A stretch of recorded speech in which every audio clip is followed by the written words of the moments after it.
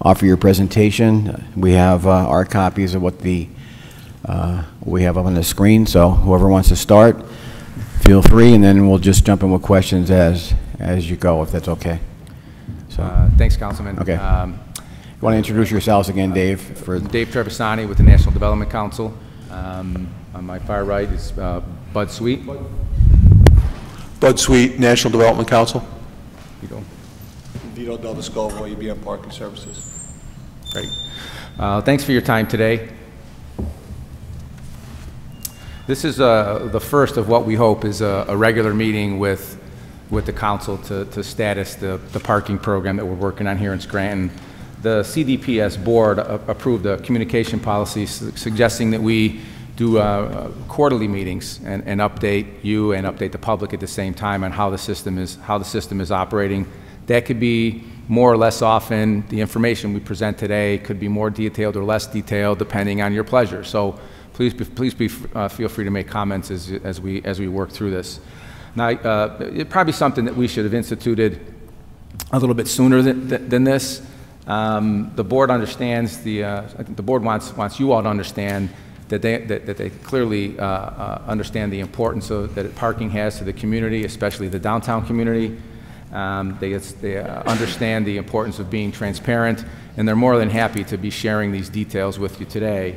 Also, sharing this information in a forum such as this hopefully will help with eliminating the possibility of CDPS, which is the entity that is under contract to operate the system for the city of Scranton, which is a private independent company, not be viewed as a government or an agency of government. I know that gets technical and legal, but I think the board feels it's very important to make that distinction. So I, as staff, think this is an excellent policy. I'm looking forward to sharing these details with you on a regular basis. We can get started. Really two key components of the system that we'd like to status with you today. The first is the capital improvements update, and the second is the financial performance update. And we gave you some details at our last meeting, but we can give you the up to the minute now. I think that meeting was a month ago. The financing program that you all approved, I think about a month ago now, has since been approved by the Scranton Parking Authority and has been approved by the CDPS Board of Directors. We're currently working through the details of getting the I's dotted, the T's crossed, getting the documents executed. The trustee for the bonds needed to consent, so we're working with the attorneys to get them the necessary opinions so that they can issue their consent, and we'll be on our way. We're hopeful that'll happen this week. We also have the construction contracts are finalized. Hopefully these details again will come together this week. The total of those contracts are $4,416,000. The work that will start hopefully next week. We have a scheduled pre-construction meeting on July 31st here in Scranton with the construction team. That work, once it gets started in earnest, will take 12 months in total to complete. As a reminder, that work, the majority of that work is being accomplished in the Linden Garage. The helix that you see on the far left is going to come down to the first level, and the rest of the work is going to be preventative maintenance work, sealing, painting, new doors, etc. So we're excited to get that finally started. We think those prices are good prices, and we're anxious to get folks ready and started. Update on the Linden Street Garage elevator. I know that's been in the works, and it's taken a lot longer than we would have expected. It's in testing now. There are some details that need to be worked out with testing the fire alarm system, testing the phone system, etc., and that's where the system is now. So we expect that'll be up and running during the month of August. Again, that garage does have an active elevator on Mulberry Street, but this of course will make it much more accessible, being fronting right on Washington. So in addition to that, and due to the fact that this body approved the financing plan, we have started the effort to put together a scope of work for the next step. As I mentioned at our last meeting, we have received, the SPA received a grant from PennDOT. Based on the bids that we currently have, we're not able to access all of the dollars, we'd like to go back to PennDOT, present an added scope to them in the hopes that we'll be able to do more work on the garages. We'll work with the city team. The architect that we've engaged is preparing that scope. We'll work with the city team and identify what the priorities are, and we hope to make a presentation to them within the next few weeks. Again, and the most exciting part is to begin the planning for the implementation of the new on-street system. I think you'll see this in the numbers when we walk through them, that is really where we're having the most difficulty with revenue based on the condition of the system. Once we start that process and based on the structure of the transaction, we'll have to go through the public procurement process, which always takes just a little bit longer, but which is fine. That'll be 8 to 10 months, we believe, before we have that system up and operational. Once we get the system, the construction started, the next step will be to really meet with the city team and outline a schedule to get that process to begin. So we're looking forward to that in a big way. Any questions on the capital program before we jump into the financial highlights? A couple. The estimate, the 4.4 million, is that higher or lower than your expectations? That's right on. Right on? Okay, Yeah. good. Those are where the bids came in. Yep. And then when you get into after your pre-construction meeting, can you, as time moves on, provide us with a timeline of work and scope so we can sort of inform the public as well? So Sure. We can have that opportunity every week to do that if we have that information. Great. Okay. All right. That's all I have for now. Great. I have one question about the Electric City Garage. And I know we talked about this the last time, and then we got into a back and forth on it. But has any work been done to date on that garage? Nothing further, no. Nothing further. No updates since the last meeting. I have had conversations with the owner of the Electric City Garage, which is the mall owner.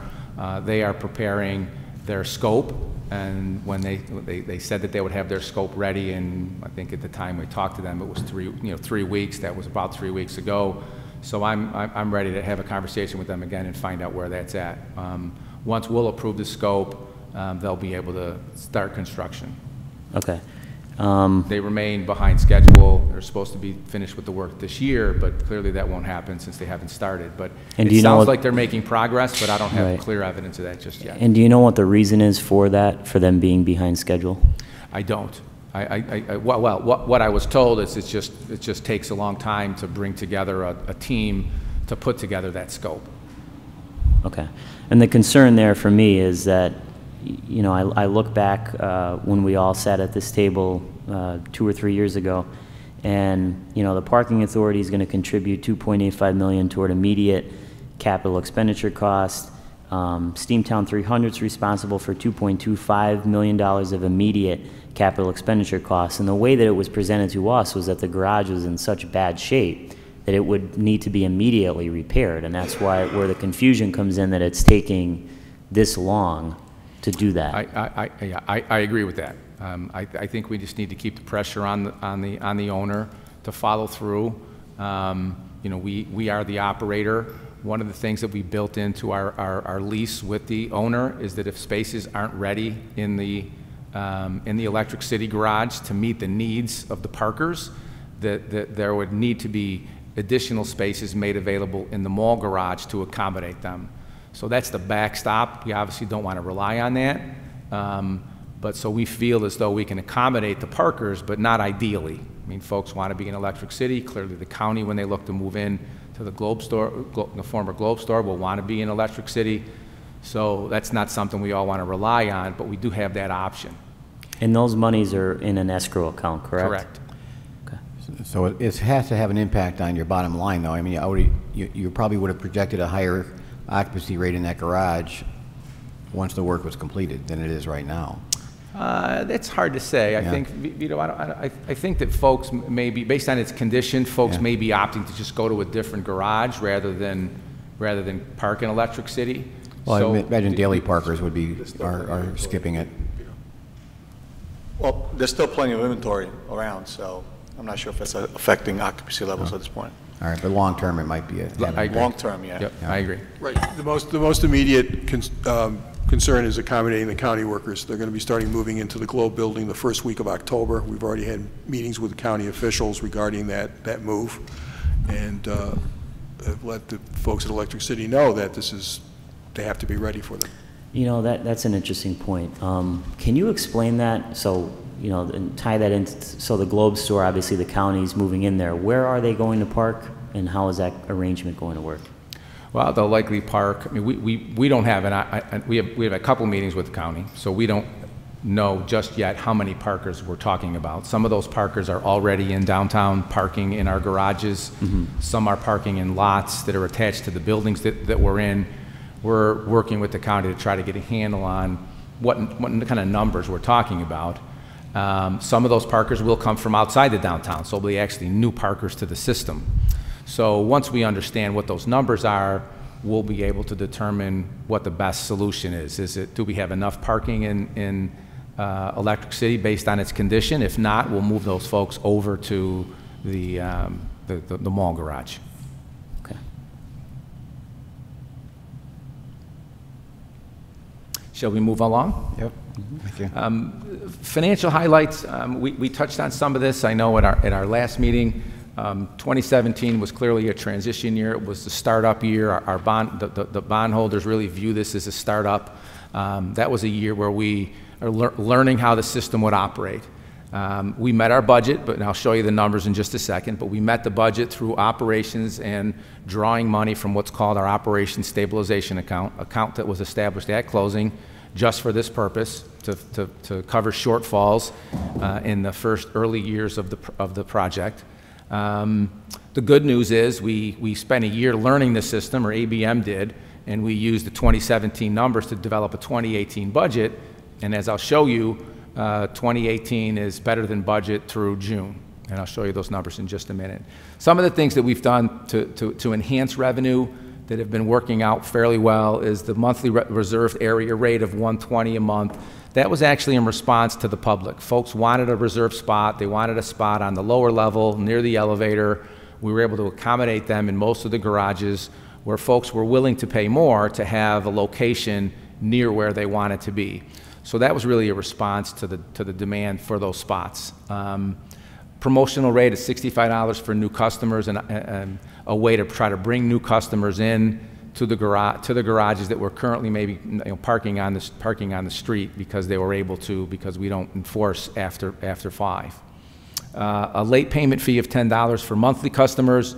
That was not so much a revenue generator, but it was really a cash flow need, encouraging folks to pay on time. We were getting a lot of late payers. There was no penalty. So the penalty has really helped cash flow tremendously. The downtown residential program is currently being designed. I think we're ready to go with the survey. We should have some information to present to the board. My guess is within the next 60 days, and we'll be able to hopefully put something in place that makes economic sense for the system and encourage more folks to park in the system if they're living downtown. And then we talked about the county consolidating its offices. We think that's certainly going to help because we do understand that there's a number of parkers outside of downtown currently that will be moving into downtown once that consolidation takes place. Dave, could you tell me how many, approximately how many people have taken you up on that reserved park situation? I don't have that detail right now. I could get that back to you. Okay, I'd appreciate that. Same thing as far as the promotional rate of 65. How many you've enticed into moving into the garage because of that? And also, if they stayed past the promotional period, which I think is 6 months, I think, right? Yep. Okay. Yep, we'll get that for you. All right, thank you. And now to work through some of the numbers. You know, what you're seeing here is the statement at the end of 2017. So this is the full year of 2017. Just some definitions. What you're seeing is the actual. There's 3 columns: the actual column, the budget column, and then the variance column. So actual is how we ended up. The budget is what we expected when we put the budget together, again, this being the first year in operations, and then the variance is the difference between the two. The numbers that you see on the right look a little bit awkward because you have some big positive numbers and some big negative numbers.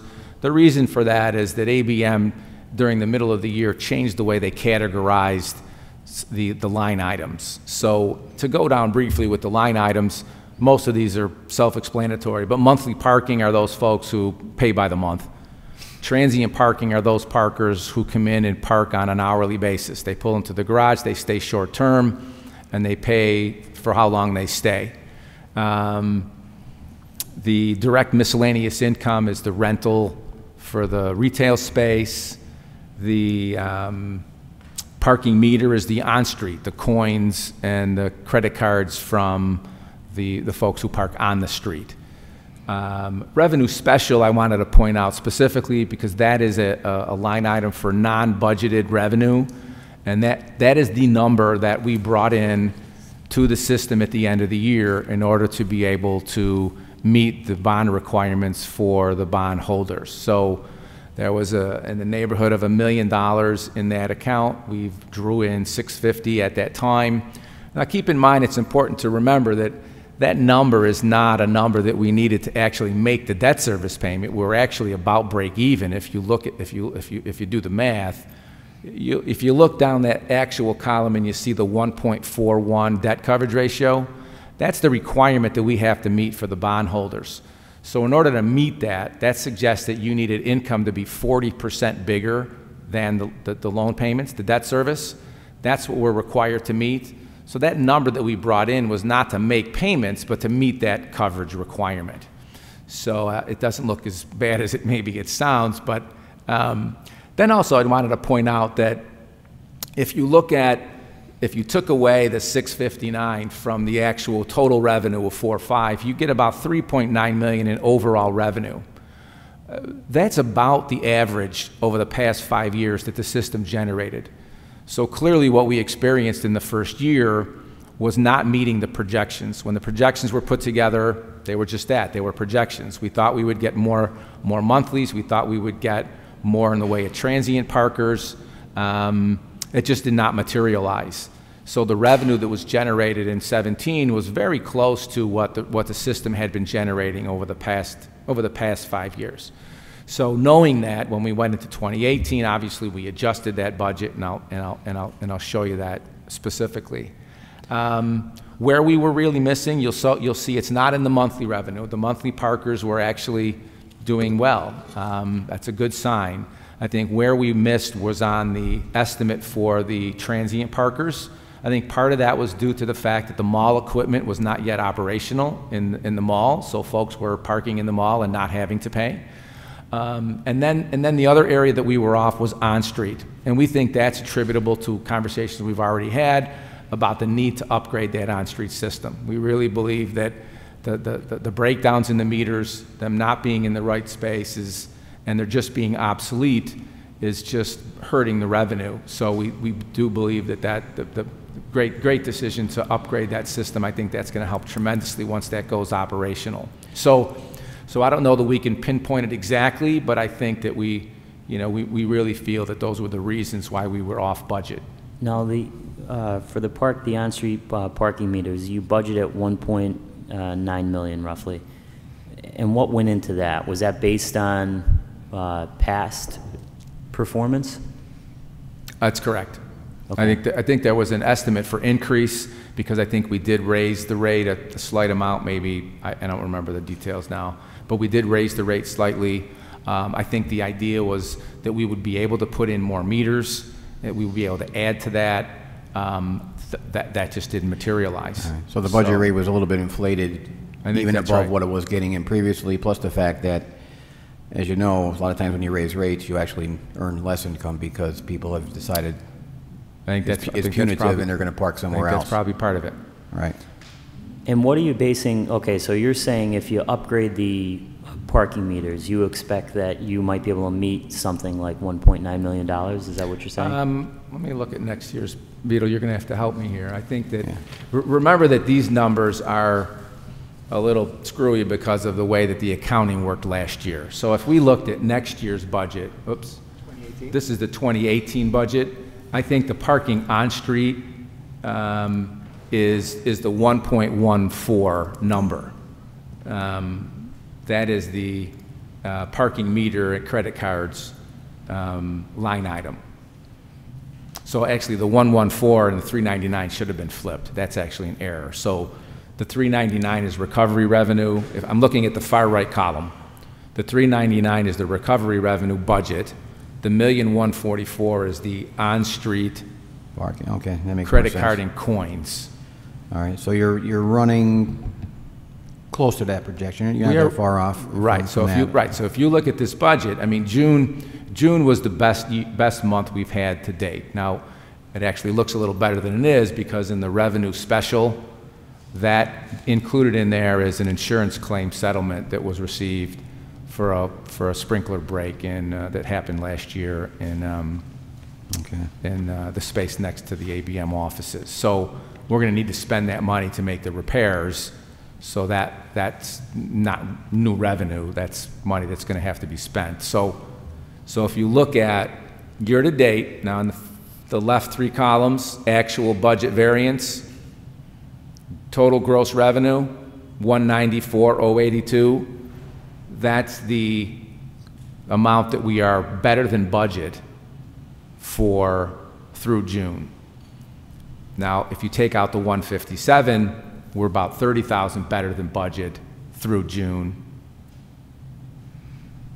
And that's a good sign for us.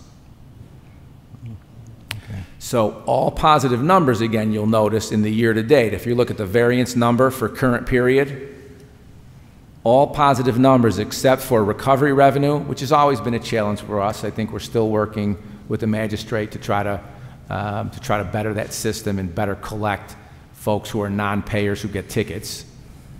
And then the meter revenue and coins, we were off 11,000 for the month based on budget.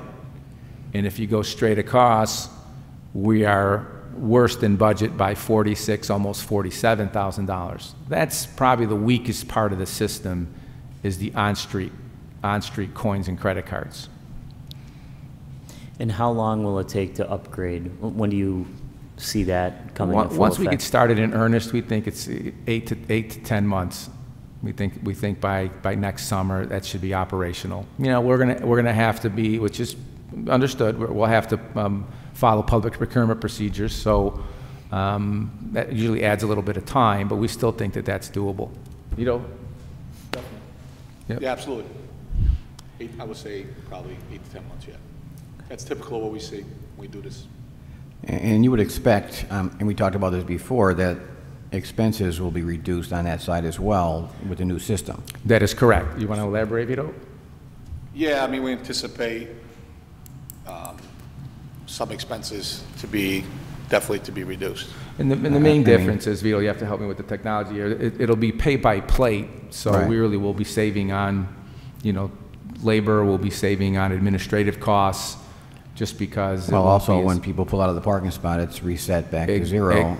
Exactly. There's They no won't be able carryover, to right? piggyback. So Right. now some people might not like this, but if you go pay $5 to park and you only stay and you know 30 minutes, the next person can't come in and piggyback off of the money that you spent at the time you purchased. The next person that comes in, because it's by plate, will start from zero. That's right, Councilman. And these simply aren't dummy stations. They give us interactive information, so we're able to determine how frequently that space turns over, the duration of the stay, what spaces are being used more frequently than others. It gives us real-time data in terms of the whole system.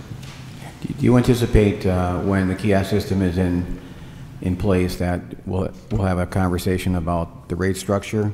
Does it make sense to maintain the same rate structure we have now versus maybe something a little more? Well, Bud pointed out, once we have better information, we'll know where we stand, we'll have these numbers, and we'll be able to make some assessments going forward. Now, remember, we did approve a monthly rate schedule when the transaction was closed, so we think we all thought it was important to maintain consistent rates for monthlies for the first years of the program. I don't believe we're scheduled for a rate increase until 2020. So that's a good thing. So, If but I understand your question, Councilman, you might be thinking along the lines of zone pricing? Well, that's part of it, yeah. The zone issue we've talked about before, where some of the outlying areas outside of downtown should not be paying the same rate as we are downtown. Right. To encourage people from not walking into town, but parking on the outskirts. And I think that this, but said, these meters will be smart meters, so we'll be able to look at that information. We'll know how many, how long they parked, and we'll be able to make those Okay. judgments at the That's time. the opportunity to do that. Are you going to put the kiosk outside of the downtown core as well? Anywhere there's meters now would be a kiosk? Well, I think we need to stay within the The, concession catchment area, agreement. right. Catchment area, so. Concession area. Right, yeah, well, Yes. yeah, but you have the Yes. ability, right now you're responsible for the meters that are around the hospitals, around University of Scranton. It's the whole system. Yeah, Right, that's the whole part of it, that's system. correct. Okay. Yep. All right. How much is in the operating stabilization account that you mentioned earlier?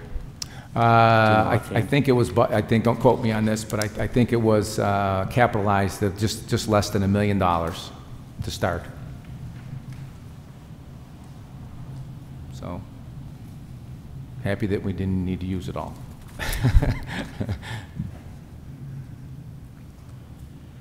And again, to point out, I mean, we structured this with a 1-4 coverage, so those dollars that after debt service is paid get distributed in what's called a waterfall. So it's designed to protect the financing, the bondholders, to protect the system itself, where those dollars are actually designated for reserve accounts, operating reserve accounts, capital reserve accounts, so that any excess dollars are really dedicated to protecting the system. So to make sure we have the money there when we need it to make the payments when we need them.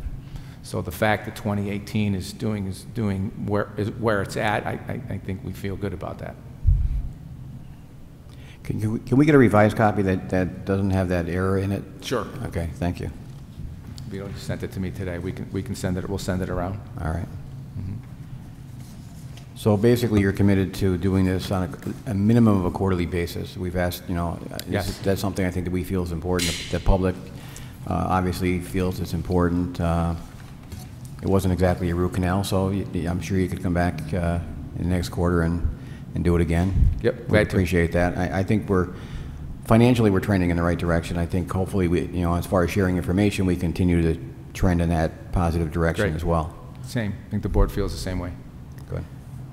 I just have a question. In the newspaper today, there was an article about the meeting we're having now, and the newspaper filed a right-to-know request April 4th, asking for annual operating and capital budgets and monthly revenue and expense statements of the outside operators, minutes of the closed meetings held by the CDPS board, which is composed of the 4 NDC members, 3 city members, the mayor, controller, and Councilman Evans.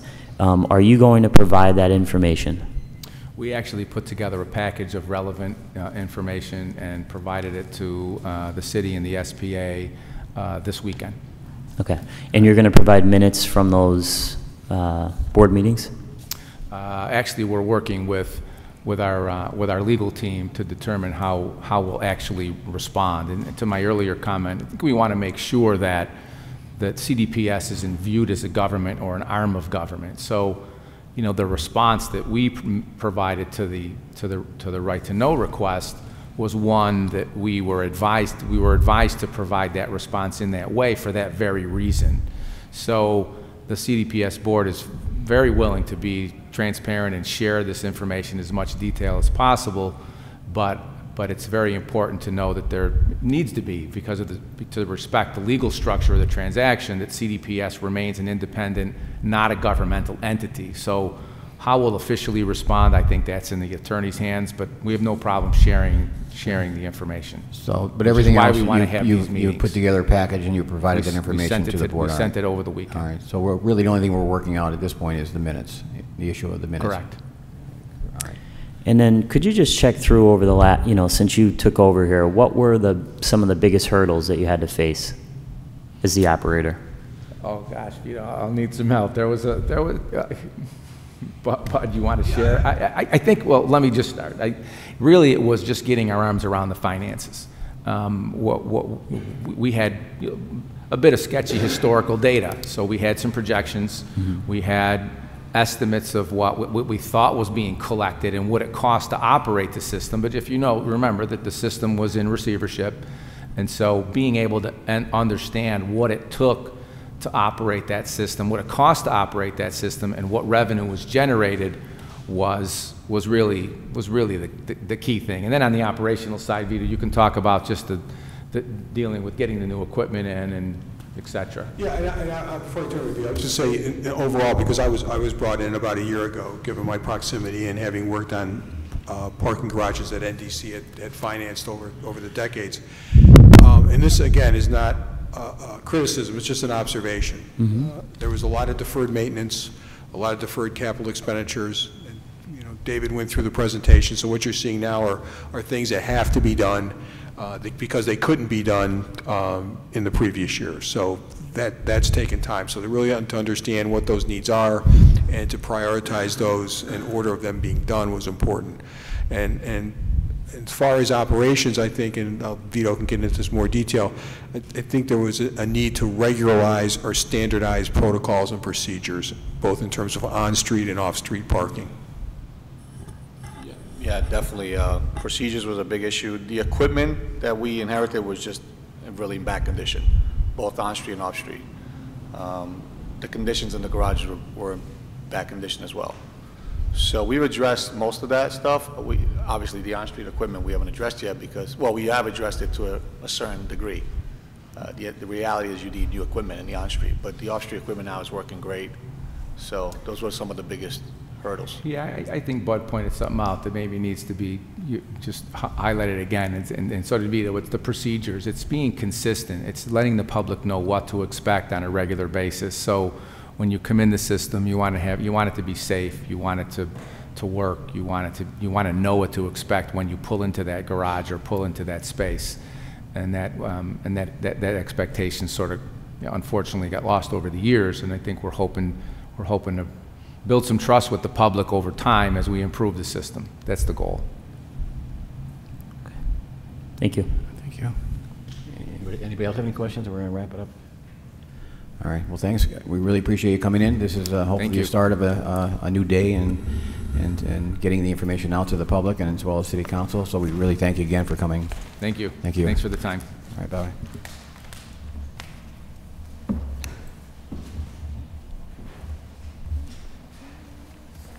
Where are you going now?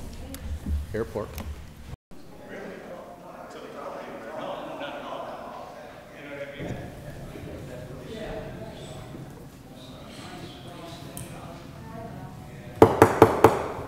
Please rise for the Pledge of Allegiance. Pledge allegiance to the flag of the United States of America and to the republic for which it stands, one nation, under God, indivisible, with liberty and justice for all. If you please stand, seating for a moment of reflection for our servicemen and women throughout the world and also for those who passed away in our community. We are deeply saddened to hear the unexpected passing of Nicole Pinato, president of the Hill Neighborhood Association. Nicole was a valued member of our community. Please keep her family in your thoughts and prayers in this difficult time.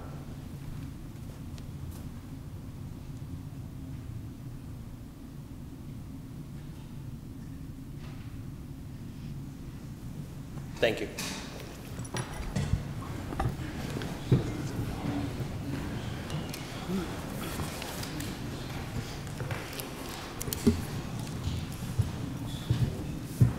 Please dispense with the reading of the minutes. Or I'm sorry, roll call. Mr. Perry? Here. Mr. Donahue? Here. Mr. Evans? Here. Mr. Gahan? Here. Mr. Rogan? Now please dispense with the reading of the minutes. Third order, excuse me, 3A, breakdown of eligible salaries for the liquid fuels account for the months of April, May, and June 2018. Are there any comments? If not, please receive and file. 3B, tax assessor's report for hearing date to be held August 1, 2018. Any comments?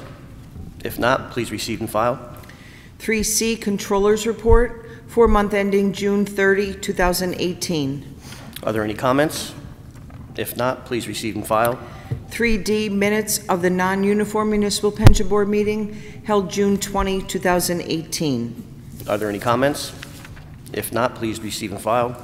3E, minutes of the Scranton Police Pension Commission meeting held June 20, 2018. Are there any comments? If not, receive and file. 3F, agenda for the non-uniform municipal pension board meeting held July 18, 2018. Are there any comments? If not, received and filed. Do any council members have any announcement at this time? Yes, I have a few. Friends of Connex Park will hold their annual craft fair this Saturday, July 28th, from 11 to 4 at the park at 515 Orchard Street. All proceeds benefit park improvements. And also, the annual Bob and Goff 5K Run 1 Mile Fun Walk will take place on Sunday, August 26th at 9 a.m. starting at Connors Park. That's all I have. And I just wanted to mention, Mr. Perry mentioned in the beginning of the meeting about Nicole Pentinato, and I just wanted to also send my condolences out. You know, I think everyone on council worked very closely with Nicole over the last few years as she was the president of the Hill Neighborhood Association. And it's very rare to find somebody who gives that type of commitment and that type of energy to a position like that, and gave her time outside of her regular job and, you know, her regular family duties. So I just want to, again, send my condolences out to her family, and she will be missed. And I'm hoping that somebody in the Hill Neighborhood Association will step up, you know, to try to do what Nicole did and put all of their commitment and time towards changing that neighborhood, to continue changing that neighborhood. Thank you. I would certainly echo those comments. When we lost Ozzy, it was a big step for Nicole to step into that position, and she did a phenomenal job.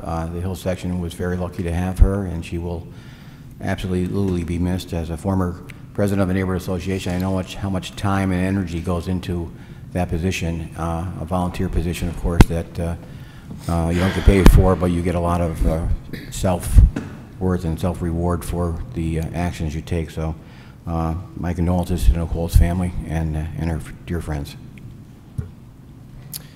I have one announcement to make. The National Night Out will be held on Tuesday, August 7th this year at Scranton High School from 6 p.m. to 9 p.m. This is a great event held nationally each year on the first Tuesday in August to promote police and community partnership. There'll be police and fire demonstrations and lots of activity for kids, including free food. And anybody who's ever been at any of these events know how fantastic it is. The police and fire are so gracious with their time. There's fire trucks there to get in and climb on, and police cruisers. It's a great time to partner up with your local safety employees and just promote goodwill between everybody. It's every year they put on a great show. So please attend if you could. Thank you. Okay. Fourth order, citizens participation. First speaker will be Mr. Ron Ellman.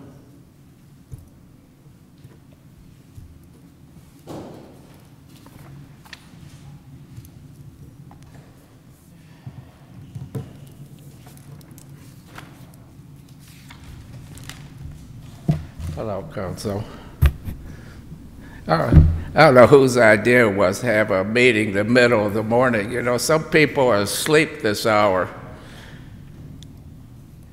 I don't know where to start with you guys.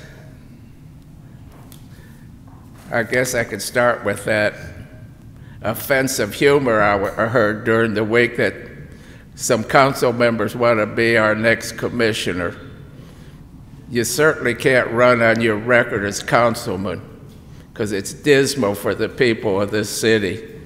You've turned your backs on the people of this city repeatedly. And you know it. It comes up. It's even been articles in the paper where you've forgotten who put you in those seats. Now we got this reassessment agenda again. I don't know if anybody looked up who this Community Justice Project is and what they've done in Hazleton. When they finish with the people of this city, you're going to think Nazi stormtroopers come through here and took all our money and property and so forth. Brother Wayne, I got a question. Yes. You've stated it more than once. A third up, a third down, a third the same. Yes, sir. Right? Well, that's the common... That's impossible. It is the reassessment is going to cost 13, 14, 15 million. No, that's impossible. There's $300-400 a house right off the bat because they're going to want to be paid right off the bat. That's going to be an out-of-state company doing it like last time. The reassessment is revenue neutral. We got Hold Your Bill for Bazzoni's going to take care of this. This would be $8 or $10 million to repair this building when he's through with friends and so forth, taking care of everything. Then you're going to have the increase that you want for the people of the city. You're going to throw it away downtown like all the other money's gone. Then you're going to have to pay for the community project people. So according to what you said, a third and a third are going to be the same or down. All that money will fall on the 2/3 that are going to go up. I don't really get your thought process, that's but your logic. You know, no, that's your logic. But the question is, the other logic is we're going to be taken for a horrible ride. That's it. That's the reality. That's what's going to happen to the people of this city. 566 foreclosures didn't teach nothing this year. That's because didn't teach you guys nothing. That's because of a tax system that's unfair that you don't want to correct. Nobody mentions that 80 or 90 of those foreclosures are people like Jefferson been on there for 5, 6, 8 years and don't pay taxes. There's a whole bunch of them on there if you want to check their names. And not a one of you has ever lifted a finger about those people. Nothing. The county's doing something, but you people haven't. Give $3 million of money. I bet you've regretted that a lot of times to Lackawanna College. Those are the people who told Miss Evans to go to hell when she asked for some money from them. You've just been a very poor counsel for the people. You know, Mr. Crosses brags how well the city's doing. His level of ignorance is just shocking. I don't know if he's ever been here the last 10 years and see what's going on. Talk to people in this city, because it's not good. I listened to this parking garage, a couple $1 million in debt in 2 years. I have never, since 1972, been downtown where you could just pull into a parking place. I did it today. People just are abandoning downtown because of them. And you know the results. If they don't make it, they could just walk off and leave the city with all this money. They're not tied to nothing. They're a nonprofit. It was idiotic to give that kind of authority to them. All the problems that are coming up, and you have no solutions. Nobody has any solutions, I guess. People, I want to say one thing about these gentlemen up here and the mayor. The worst has moved to the top. Do you understand what I just said? Not the best. We don't have the best people that we wanted in any kind of positions. We have the worst have moved to the top of the city. Can I say one thing and I'll sit down? You're already over time, Mr. Eldman. All right. You can always come back next week. I was going to say something nice about you, baby. Well, save it for next week. Yeah. But thank you. I have something all week to look forward to now. Thank you. I don't You made my whole week. Have to say about Thank me. you.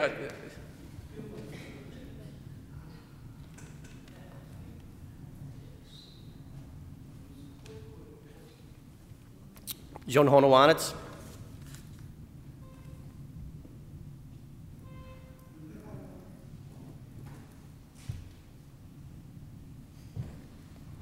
Joan Hodowanitz, Scranton resident and taxpayer.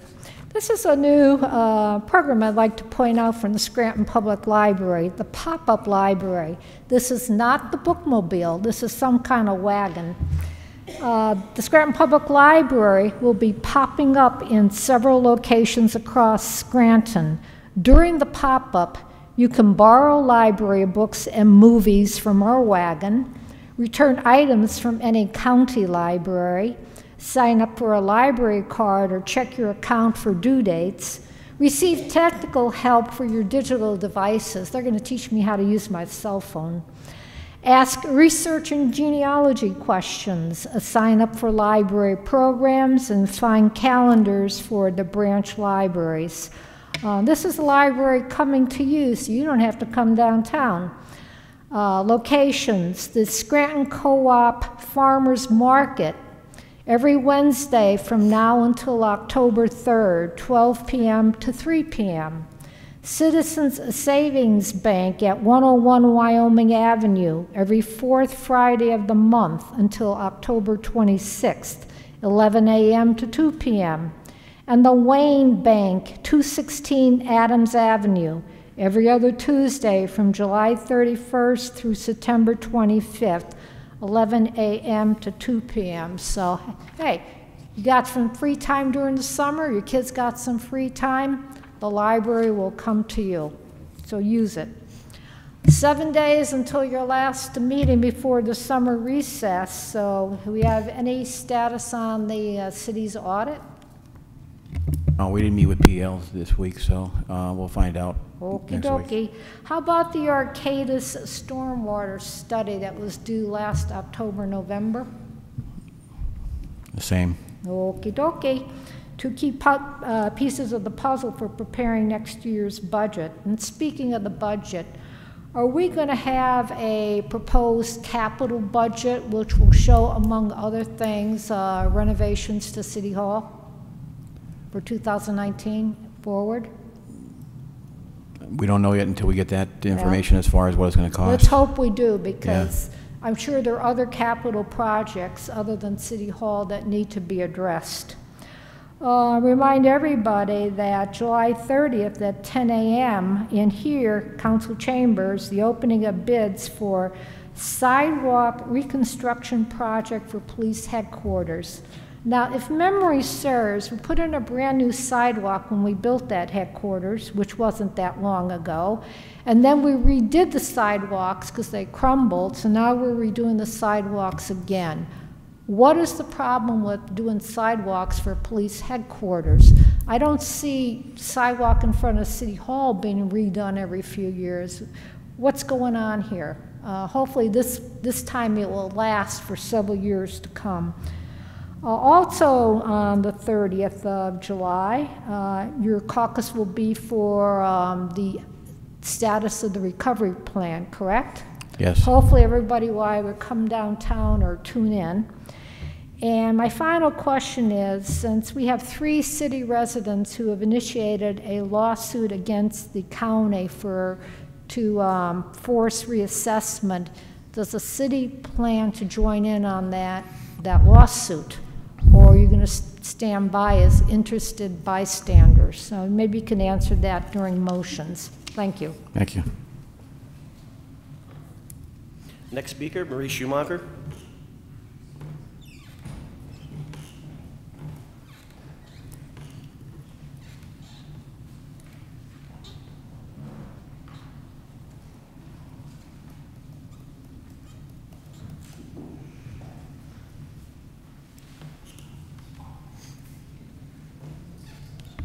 Marie Schumacher.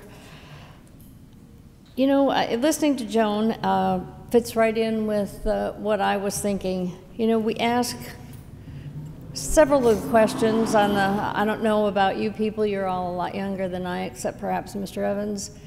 But when you wrote an article, you had 5 W's: who, what, when, where, and why.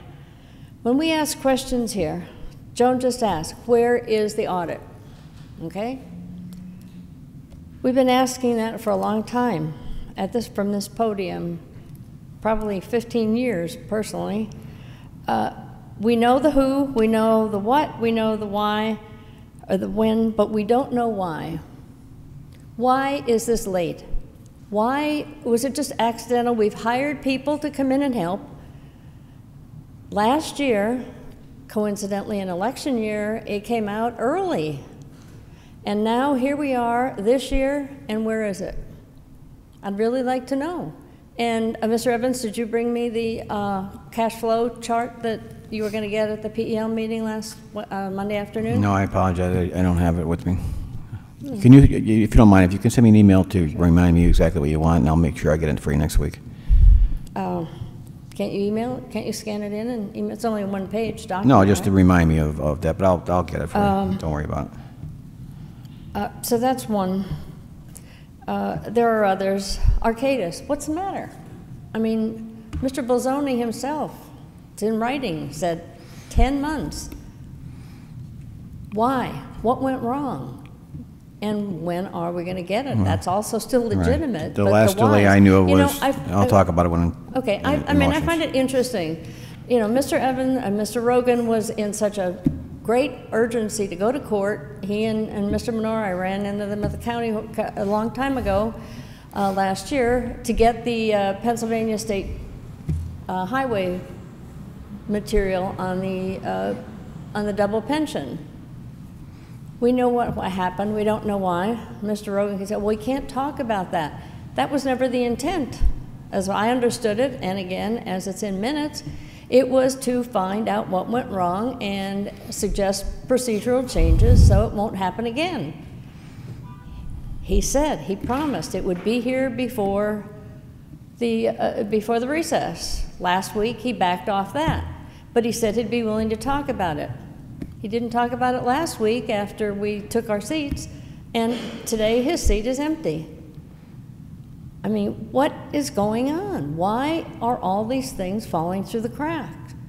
You people should be checking that stuff out. Now, on the agenda items, I have a bit of an issue with 5B. You know, the description of an RACP program is for the acquisition and construction of regional economic, cultural, civic, recreational, and historical improvement projects. So maybe it fits there, but then it goes on. RACP projects are authorized in the Redevelopment Assistance section of a Capital Budget Itemization Act, have a regional or multi-jurisdictional impact, and, not and or, but and, generate substantial increases or maintain current levels of employment, tax revenues, or other measures of economic activity. Now, they're state funded, but they're still somebody's tax dollars. And Mr. Jefferson, or his company, his corporation rather, purchased that property for $500,000. And now we're turning around and paying for the $500,000 and throwing $300,000 in on top of it? I mean, why? If he couldn't find the financing, why is it that the taxpayers, why is all this RACP money going to the same people over and over and over? And how do they meet? Substantial increase? There's no substantial increase. So I think there are a lot of questions on that program in general, and I just think we, the people, need some better answers. Mr. Evans, also back to you. You were going to check on, back in March when several of you went down to talk to the county commissioners, if I may finish. Evan of Mr. Amoroso's corporation asked for materials, which I'm sure he was provided on the assessment, so he could analyze them. Has he not? I mean, he's a sharp young man. We haven't gotten it back yet. Where's the analysis? Yeah, we haven't gotten that back yet. He's working on something else for us as well, but I'll speak to him. Although I'm not sure with the we deserve lawsuit. Better. We deserve some answers on why all these things are always late and why we are throwing money at the same people over and over. I'm sure there are a lot of businesses in this with a smaller, much smaller amount would help their business grow instead of always the same people. Thank you. Thank you. Thank you. Next speaker, Dave Dobson.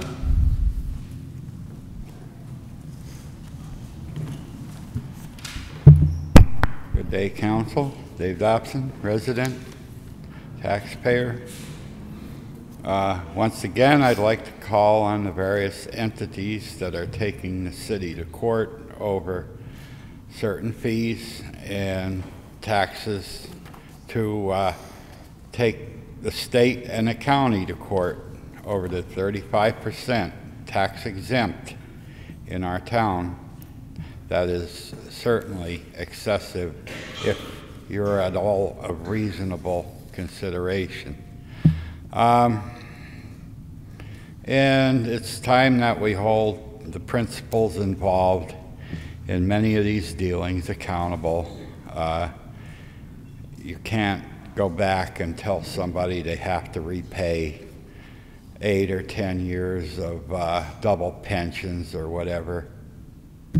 It's time that they just not necessarily be charged with any wrongdoings, but retired from public service. Once again, it's time to start saying no to privatize. What time is, I guess there was some type of meeting here earlier.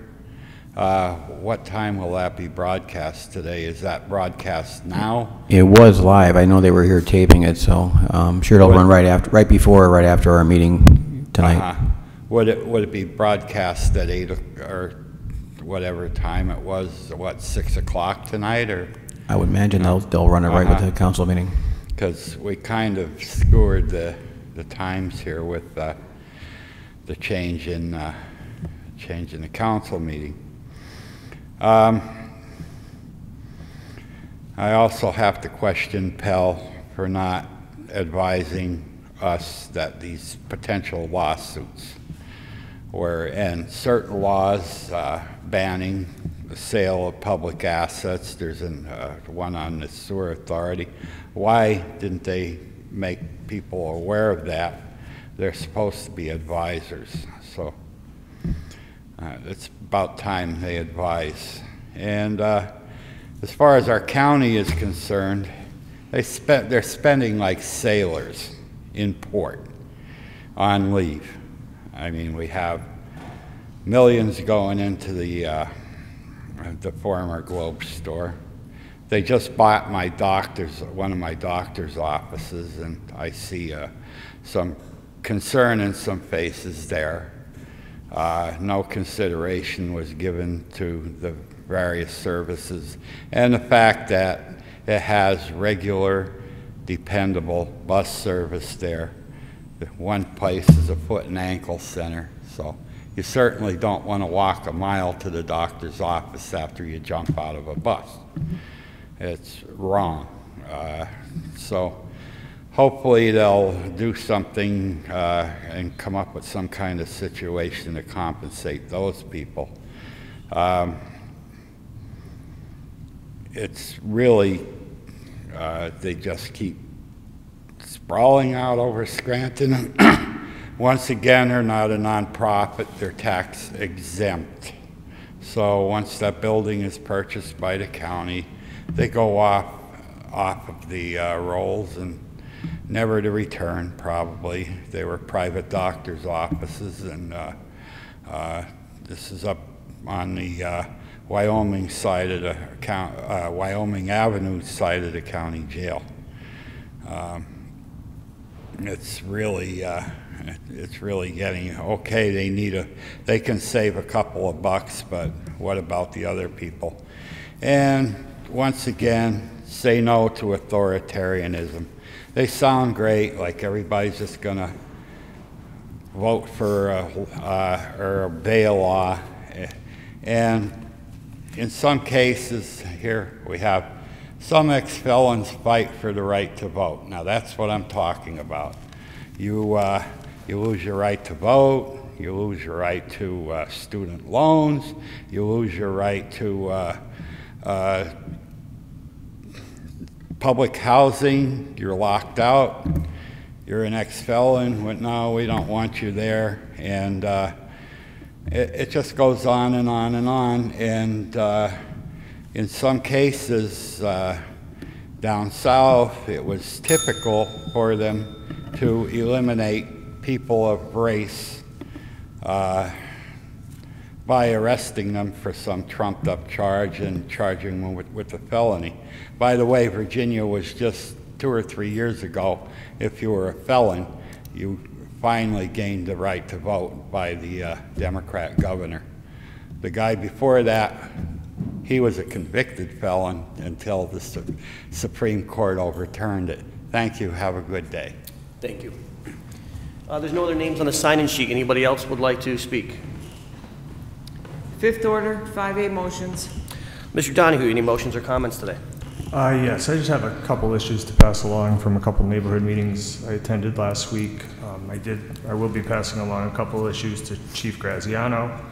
And also, Ms. Reed, would you be able to send a letter to Lips regarding issues at the following properties? A house on the 500 block of Morgan Court, which is in the rear of South Irving Ave. The building is condemned, and the neighbors have concerns about the structural integrity of the house. Also, the old Garcia's Market on the 800 block of Pittston Avenue. The property is overgrown, and there's also a big crack in the front window. A house on the 300 block of Cedar Ave across from the Old Sun Hotel. I'll get you that exact address later. Apparently, the occupants of just throwing trash in the yard and just leaving it there and not bringing it to the curb, and it's just sitting there. And also, 305 Willow Street is condemned, but apparently there are still people living in the house. And that's all I have. Thank you, Mr. Donahue. Mr. Evans, any motions or comments today? Yes, thank you. First of all, in the year of a reassessment, it must be revenue neutral to all of the taxing bodies. So you don't raise taxes because of a reassessment. And the $13 million amount that was quoted on the question is a bogus number made up by people that don't even understand reassessment. So my estimate is probably more like $5 to $7 million, but it's still a responsibility of the county. So so we're on the subject. I'll just talk about reassessment for the rest of my time on motions, because I know Mr. Ellman will enjoy that. For nearly 4 years as an elected official, I have advocated for a countywide reassessment. I have stated my case many times during city council meetings and most any other opportunity I might have to extol the many positive reasons for a reassessment for our citizens and our city. I went so far as to be the first elected official to suggest that if the county did not act on their own, then the city should sue Lackawanna County to force a reassessment. So I was grateful to find support from my colleagues as well as some members of the administration. But let it be known for the record that we were ready and willing to move on that front. But along the way, more than several months ago, an opportunity seemed to be unfolding, and we hit the pause button to let it play itself out. And play itself out it did. On July 16, 2018, at approximately 3:15 p.m., a court docket was filed, and the rest, they say, just may be history. So first, I'd like to thank Mr. Scotch, Ms. Holmes, and Mr. Monroe, who are the plaintiffs in the case suing Lackawanna County to force that entity to conduct a countywide property tax reassessment. Thank you for stepping up. Thank you. That is something the commissioners, not named Notarianni, have failed to do. And thank you for the Community Justice Project, providing the talents of the lead attorneys, Marielle Mather, Donald Driscoll, and Kevin Quisenberry.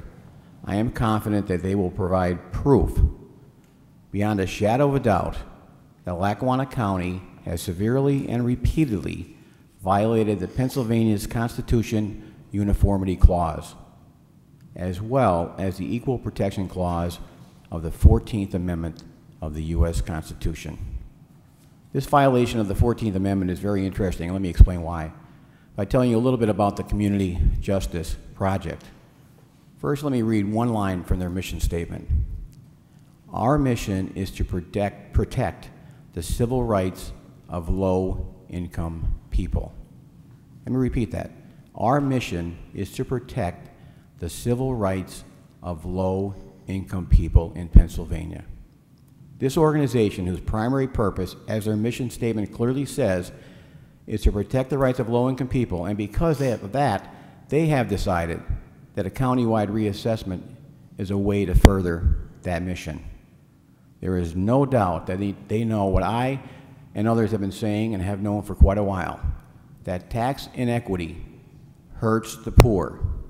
Tax inequity hurts our seniors, and that tax fairness is ultimately good for everyone. This, by the way, is in total contrast to the nonsense, the scare tactics, and the false narrative that has been part of the political spin invoked by two commissioners who have shown by their actions that they are only in fear of reassessment because they are in fear of their jobs. So I would urge those two commissioners, do not waste one dime of taxpayers' money defending an indefensible position. They should finally agree that this is their responsibility. They should finally agree that they will now accept accountability. Furthermore, I would say to the county, the blueprint for success in this lawsuit for the plaintiffs has already been established in existing case law. You cannot win. Every expert in reassessment across the state knows that Lackawanna County is the poster child for tax inequity. So I urge you to do the right thing.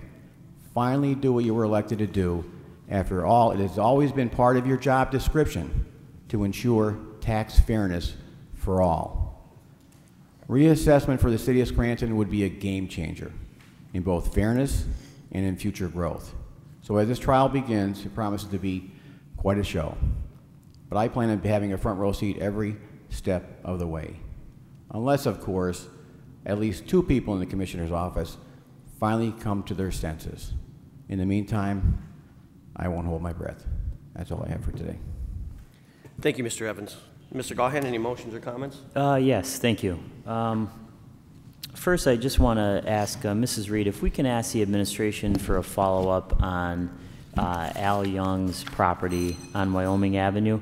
I had a chance to speak with the Youngs the last 2 weeks, and the amount of money that they've had to spend now in legal fees is astronomical, and not something I think that a family in the city of Scranton can afford when they did not create this problem, the hole that's in their backyard.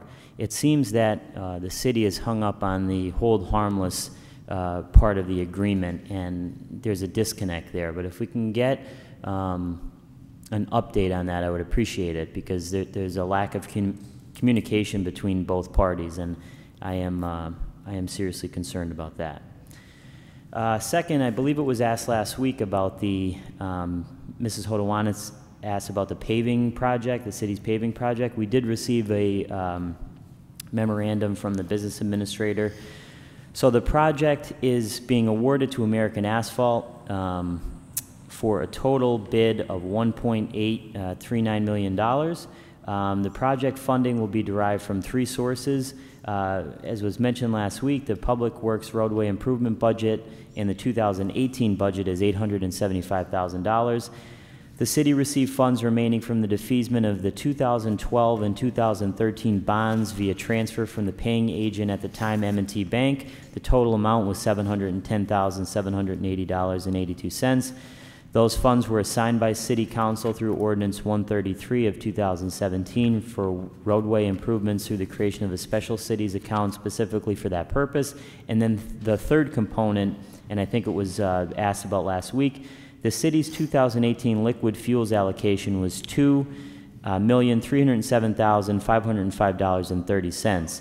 Dollars specifically assigned include $413,345 for the street lighting lease, $244,988.88 for the Pennsylvania Infrastructure Bank loan, the PIB loan. The remaining $1,649,172.30 would be allocated to the general fund for eligible expenditures, which would include an offset for the $875,000 roadway improvement project. So of this remaining amount, approximately $254,074.68 will be assigned to complete the roadway project funding sources. This amount will factor in any interest accrual from the special cities account. So if anybody wants a copy of this to take a look at, I have that. Regarding the much-discussed labor contract the past few weeks, we did receive something, a document from Mr. Abrahamson as a follow-up to our correspondence dated July 16, 2018. We just received this Friday. I haven't had a chance to go through everything. I appreciate the follow-up correspondence, though.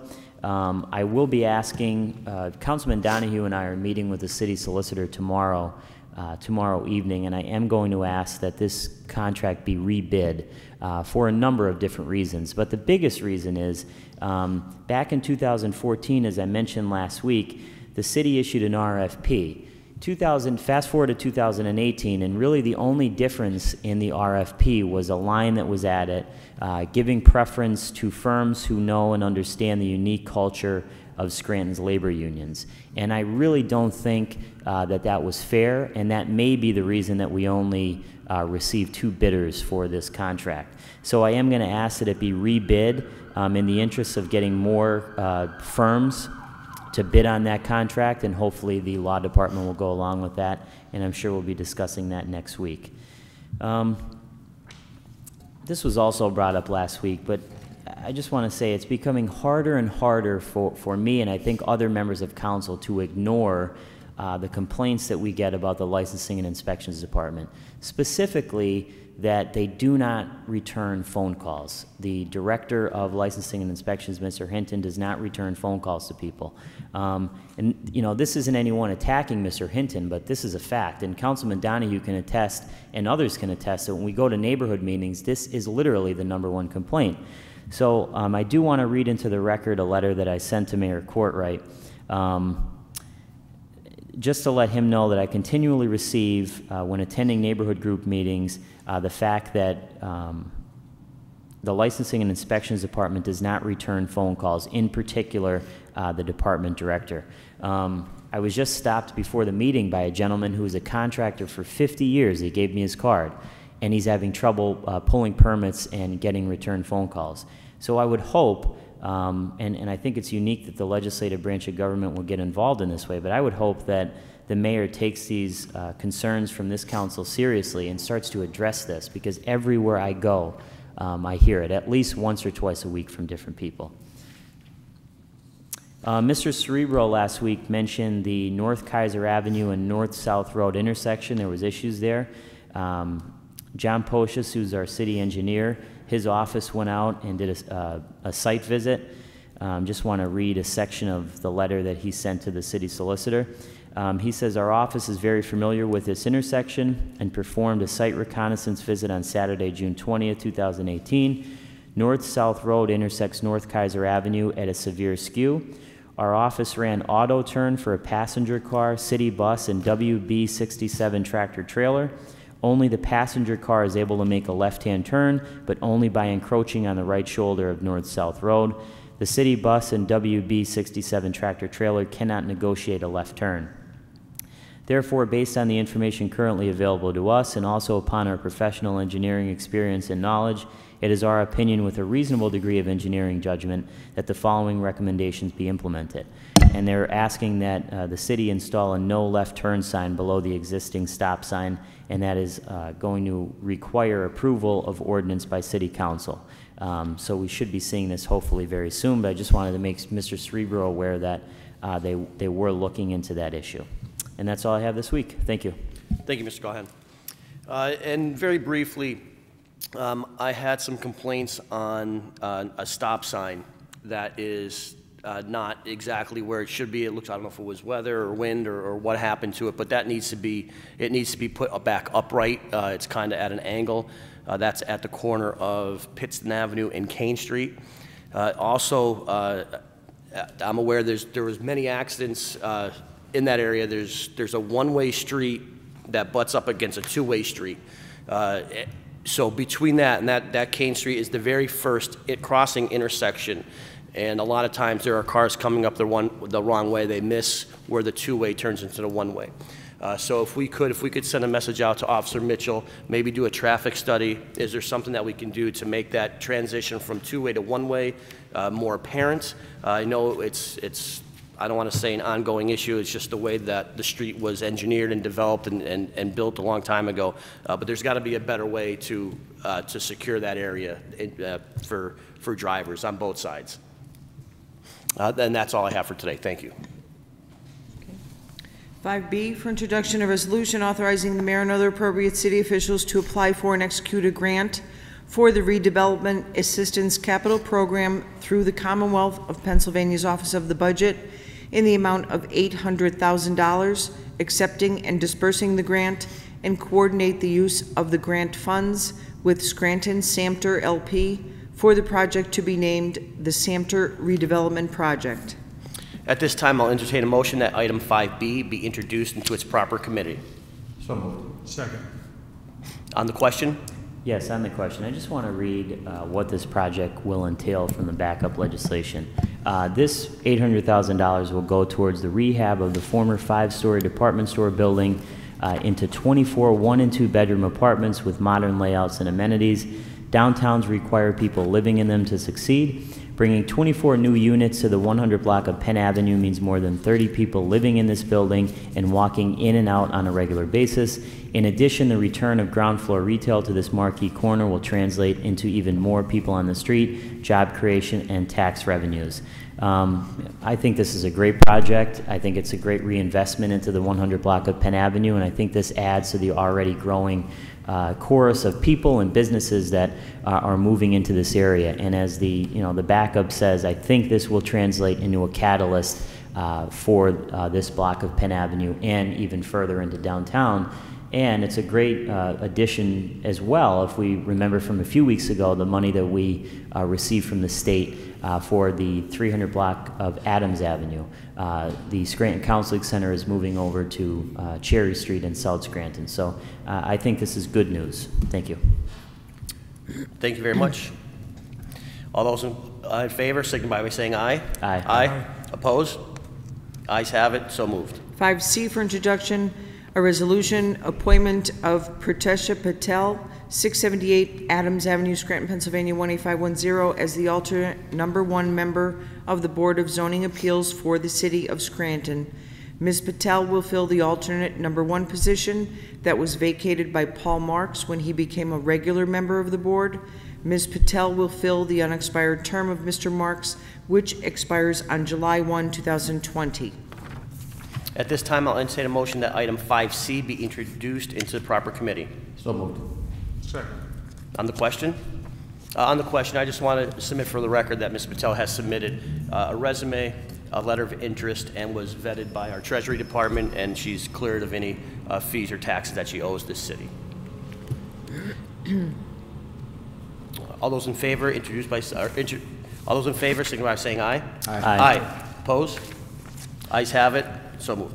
Sixth order, 6A, reading by title, file of the Council number 26, 2018, an ordinance granting a temporary construction and permanent maintenance easement agreement on property owned by the City of Scranton to Scranton Lackawanna Industrial Building Company for the installation of sidewalks at the Mount Pleasant Corporate Center along Mount Pleasant Drive as more fully described in Exhibit A.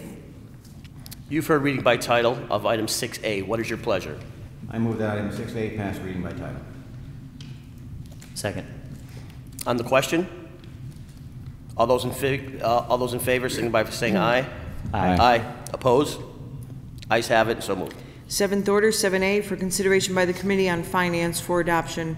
Resolution number 64, 2018, authorizing the mayor and other appropriate city officials to execute and enter into a grant agreement by and between the City of Scranton, hereinafter referred to as the city and/or grantor, and Scranton Lackawanna Industrial Building Company, hereinafter referred to as the grantee subrecipient, in the amount of $50,000 for the installation of sidewalks at the Mount Pleasant Corporate Center located along Mount Pleasant Drive.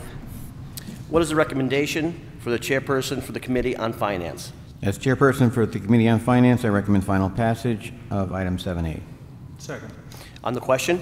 Yes, on the question. Mrs. Schumacher had a question last week about this, and I did go back and look in the 2018 budget, and I just want to read the narrative from boards, commissions, and nonprofits. It says the Scranton Plan contribution reinstates a financial commitment to the plan suspended by the city. The budget includes the $10,000 annual contribution and $50,000 as a matching component for the Chamber of Commerce to install sidewalks at the Mount Pleasant development site. The disbursement will occur only based on an actual project match. Then I was in conversation with Mr. Bolzoni. He said that Slibco will undertake the project and Geisinger will provide up to $20,000. Slibco will handle the design, legal, advertising, and maintenance costs. Thank you. Thank you. Anyone else on the question? Roll call, please. Mr. Donahue? Yes. Mr. Evans? Yes. Mr. Gahan? Yes. Mr. Perry? Yes. I hereby declare item 7A legally and lawfully adopted. If there's no further business, I'll entertain a motion to adjourn. Motion to adjourn. Meeting adjourned.